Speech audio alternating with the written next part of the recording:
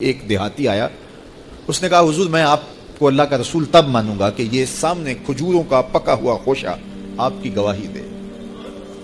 فرمایا تب تو مان جائے گا؟ اس نے کہا انکار کی گنجائش ہی نہیں۔ تو حضور نے اشارہ کیا تو وہ کھجور کا پکا ہوا خوشہ ٹوٹ کے حضور کے قدموں میں آ گیا، تو اس کے لبوں پہ کلمہ جاری ہو گیا۔ اب وہ ٹوٹی ہوئی کھجوریں جو معجزے سے حضور نے توڑی تھیں اس صحابی کی جھولی میں ڈال دیتے یا صحابہ کو بانٹ دیتے، وہ فخر کرتے ہم نے حضور کے ہاتھوں سے یوں توڑی ہوئی کھجوریں کھائی۔ یہ بڑی بات ہوتی، اعزاز ہوتا، لیکن حضور جانتے تھے قرب قیامت میں کمانوں سے نکلے ہوئے تیروں کے رخ موڑ دیے جائیں گے۔ اللہ اکبر۔ تو حضور علیہ الصلوۃ والسلام نے کہا کہ مان لیا؟ اس نے کہا جی میں مان گیا۔ وہ یہ بھی کہہ سکتا تھا کہ ہوا کا تیز جھونکا آیا اور اتفاق ایسا ہو گیا جس آج کل لوگ بات کرتے تھے وہ ٹوٹ کے گر گیا۔